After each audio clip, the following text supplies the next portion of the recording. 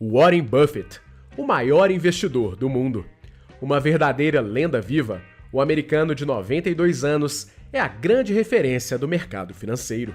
Famoso por sua filosofia de value investing, o bilionário criou uma fortuna de mais de 100 bilhões de dólares, tendo o tempo como seu maior aliado. E nesse vídeo, você vai conhecer a história de Warren Buffett e como ele se tornou o maior investidor do planeta. Nascido em 1930, na pequena cidade de Omaha, no Nebraska, Estados Unidos, Warren chegou ao mundo logo após aquele que é considerado o maior caos financeiro da história, a crise de 1929.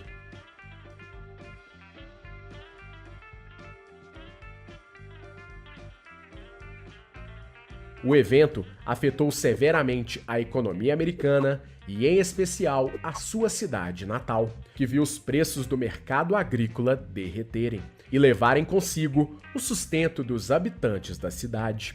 Para completar, seu pai, Howard Buffett, era um corretor de ações que, ao mesmo tempo, viu seu patrimônio e seu trabalho serem imensamente afetados pela crise. Ainda assim, o pai de Buffett conseguiu se recuperar nos anos seguintes, assim como a economia americana, a ponto de se tornar uma figura popular na cidade de Omaha, de ser eleito deputado 12 anos depois da Grande Depressão.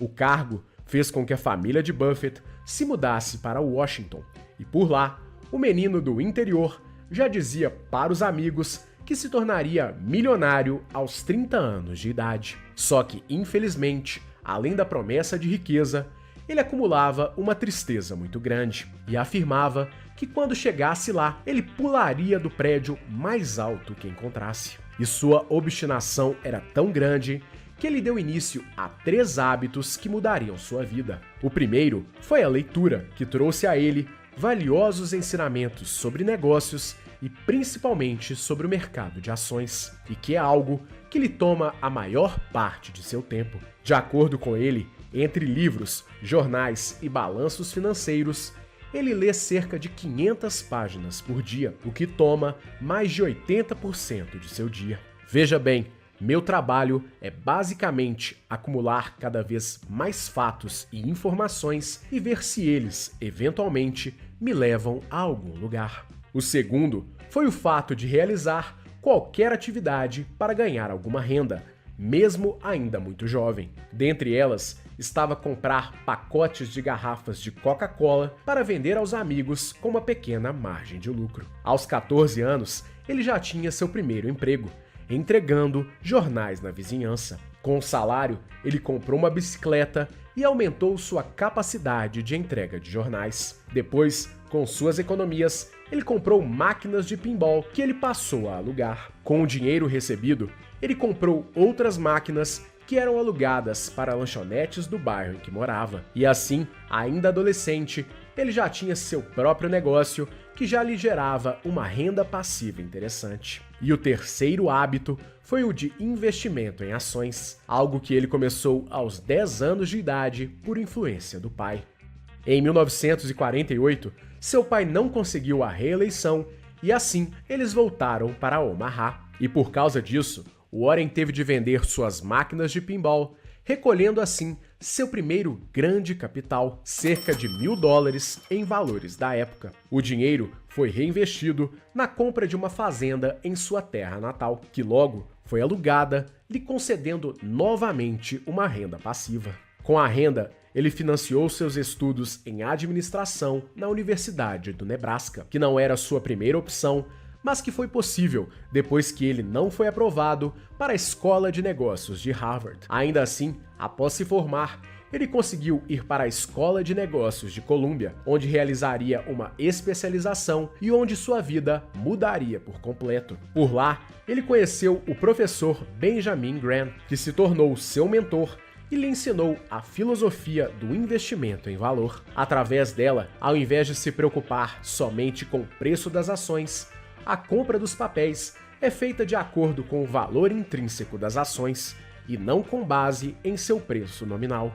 Graham, inclusive, é autor do livro best-seller O Investidor Inteligente, em que compartilha detalhadamente a sua filosofia de investimentos. E em conjunto com seu professor, Buffett desenvolveu uma metodologia de análise de segurança de ações. Ele garantiu ao longo dos anos o conhecimento para comprar ações da maneira e no momento correto. Além dos estudos, Buffett também colocou em prática os ensinamentos junto com seu professor ao trabalhar no escritório de investimentos de Graham. A experiência durou 2 anos até a aposentadoria de seu mentor. Lhe rendeu a primeira centena de milhares de dólares em valores da época. O Warren então voltou à sua cidade natal e começou a realizar investimentos por conta própria. Só que ao longo do tempo, a especialidade dele não foi apenas usar os recursos para investimentos, mas também coletar o capital de outros interessados para multiplicar as suas operações. E assim, ele conheceu o seu braço direito, Charlie Munger, que inclusive já contamos a sua emocionante história em nosso canal. O que ao longo do tempo criou um misto de investimento em ações e, ao mesmo tempo, da realização de operações empresariais que lhe deram uma enorme vantagem competitiva. O primeiro grande acerto foi em 1948, com a compra de ações da Sanborn Map Company, uma empresa que tinha uma espécie de monopólio do mercado de mapas, que eram usados por corretores de seguros. Apesar disso, a empresa acumulava maus resultados há cerca de 10 anos, e a fragilidade da empresa chamou a atenção do investidor, uma vez que não fazia sentido que a empresa estivesse em maus lençóis, mesmo sendo praticamente um monopólio. Na ocasião, as ações da companhia tinham um preço relativamente interessante, mas o grande valor não estava na empresa em si, e sim na carteira de investimentos feita pela empresa ao longo do tempo, que por si só era bem mais valiosa do que a própria companhia. Ao longo dos 20 anos anteriores, a empresa tinha feito diversos investimentos em negócios menores, um portfólio que, somado, era cerca de 50% mais valioso do que o patrimônio da empresa principal. Ou seja, ao comprar as ações da Sanborn, o investidor levaria de brinde um portfólio recheado de ações de outras empresas. E a grande jogada de Buffett foi reunir um grande capital para realizar uma operação hostil, a ponto de comprar o controle acionário da empresa ao se tornar majoritário do negócio. Com a operação, ele assumiu o controle da Sanborn e decidiu pela liquidação completa da carteira de investimentos da empresa, o que colocou um enorme caixa no negócio e rendeu ao investidor um retorno de 45% sobre suas ações. E essa foi apenas uma de suas operações que lhe tornaram milionário aos 32 anos de idade em 1962. Apesar disso, ele felizmente cumpriu apenas metade de sua promessa. E além de se casar, ele teve 3 filhos. E mesmo com a fortuna, ele manteve uma vida considerada simples, vivendo com sua família na cidade de Omaha, a tal ponto de que seus filhos só descobriram que ele era imensamente rico depois de verem uma reportagem sobre o pai, quando eles já eram adultos. E você pode conhecer a rotina modesta do investidor no vídeo que estará na descrição desse vídeo. Mas mesmo com o objetivo conquistado, ele continuou forte no mercado financeiro, a ponto de encontrar aquele que é considerado o seu grande feito, a compra de uma fábrica de tecidos que estava em dificuldades, a Berkshire Hathaway. A empresa estava em um enorme declínio há décadas e já havia fechado 9 de suas 11 fábricas, o que havia causado o derretimento de suas ações. Só que enquanto seus papéis eram vendidos a 7 dólares, somente os seus ativos tinham valor de pelo menos 30% a mais. Diante dessa oportunidade, Buffett decidiu comprar pequenos lotes de ações da fábrica com o intuito de vender as ações posteriormente. Contudo, ele acabou optando por se tornar acionista majoritário do negócio após um desentendimento pessoal com os controladores do negócio, a família Stanton. No início, a ideia era comprar as ações da companhia e revendê-las para a própria empresa, que fazia recompras periódicas de seus papéis com uma diferença considerável em seu preço. O problema é que houve um acordo entre Buffett e a família para que as ações fossem compradas a um preço fixo após alguns meses. Porém, na hora do negócio, os Stanton diminuíram em 7 centavos o preço a ser pago, o que irritou Buffett profundamente, a ponto de ele comprar o controle acionário da empresa só para tirar a família do negócio. Uma reação emocional que é descrita pelo próprio Buffett como um grande erro, já que ele colocou a emoção acima da razão. E ao final, ele comprou um negócio que não queria só pelo prazer de tirar os seus desafetos do caminho. Mesmo assim, ele decidiu fazer do limão uma limonada.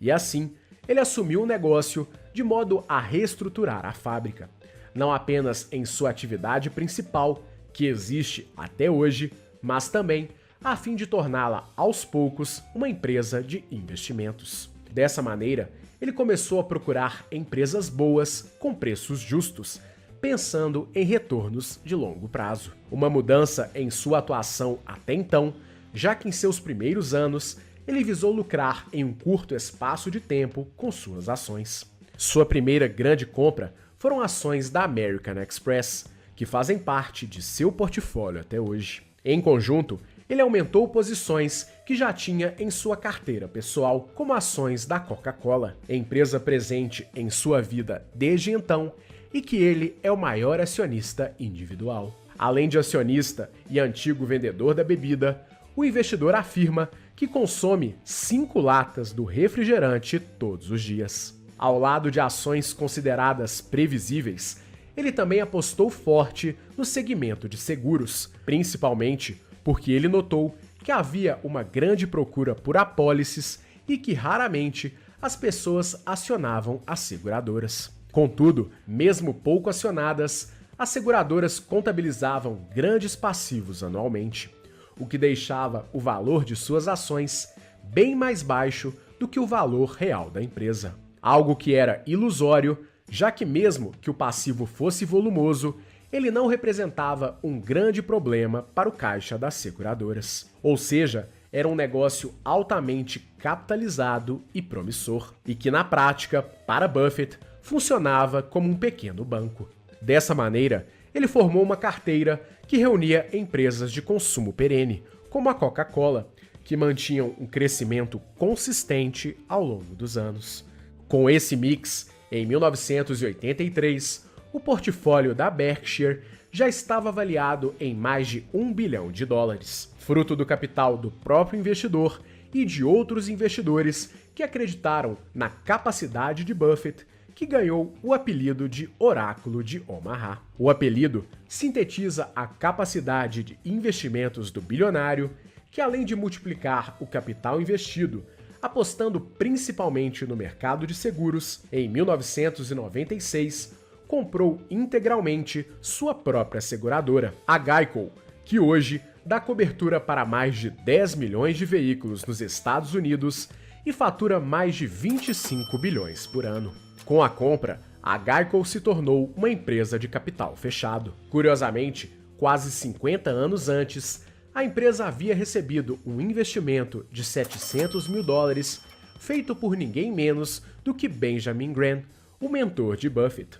Os $700 mil investidos em 1948 viraram $400 milhões em 1972. Imagine o quanto depois. Só que a seguradora não foi o único empreendimento que Buffett comprou parte ou a totalidade. Ao longo do tempo, Warren se notabilizou pela capacidade de operar no mercado financeiro de ponta a ponta. Ele não apenas compra boas ações, como também atua efetivamente nos mercados, tanto com operações financeiras complexas, quanto assumindo integralmente as operações de algumas empresas que compra. Ou seja, o termo investidor é até pouco para a forma como ele atua. Ao longo dos anos, ele investiu em diversos negócios, dentre os mais conhecidos Bank of America, Wells Fargo, Goldman Sachs, Apple, Moody's, Mastercard, Visa, General Motors,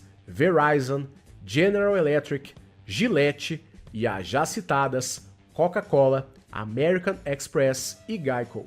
Ele também é dono da cadeia de restaurantes fast food Dairy Queen, da rede de lojas de móveis Nebraska Furniture Mart e de várias outras empreitadas menos famosas. E para se ter ideia da força de sua holding, em 2021, a Berkshire teve receita de mais de 276 bilhões de dólares. Além disso, ele também fez um grande investimento junto com o brasileiro Jorge Paulo Lemann para controlar a Kraft Heinz, aquele que até o momento é considerado o grande fracasso do investidor e que você pode conhecer com detalhes no vídeo que está na descrição desse vídeo. Para completar as coincidências, a holding também tem 18% de participação no quadro acionário do jornal The Washington Post, o mesmo jornal que Buffett distribuía quando adolescente e que o magnata Jeff Bezos é o controlador. Quando perguntado por Tony Robbins sobre o segredo de sua riqueza,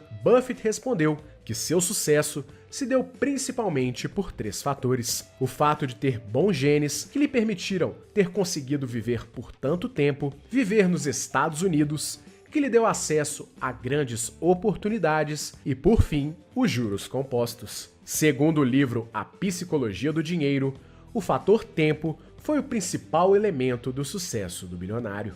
Algo que realmente faz muito sentido. Para se ter ideia, aos 53 anos, a fortuna de Buffett era de 620 milhões de dólares. 5 anos depois, era de 1,4 bilhão de dólares. 20 anos depois, já ultrapassava 20 bilhões.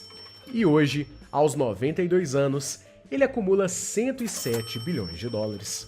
E de acordo com a Suno Research, os investimentos de Buffett cresceram historicamente a uma rentabilidade média de 20% ao ano. Para se ter ideia, aqueles que investiram com ele apenas $1 em 1950, em 1993, teriam mais de 143 mil dólares. E apesar de ter uma fortuna de mais de $100 bilhão, o investidor continua na ativa, mantendo a sua rotina e o apetite para investimentos. Especula-se que a Berkshire Hathaway esteja com nada menos do que 147 bilhões de dólares em caixa, um recorde que pode ser o prenúncio de que a empresa está esperando uma grande queda no mercado para ir às compras com tudo. Será que vem crise por aí? Compartilhe a sua opinião com a gente nos comentários. De toda forma, a história de Warren Buffett é uma prova do poder do empreendedorismo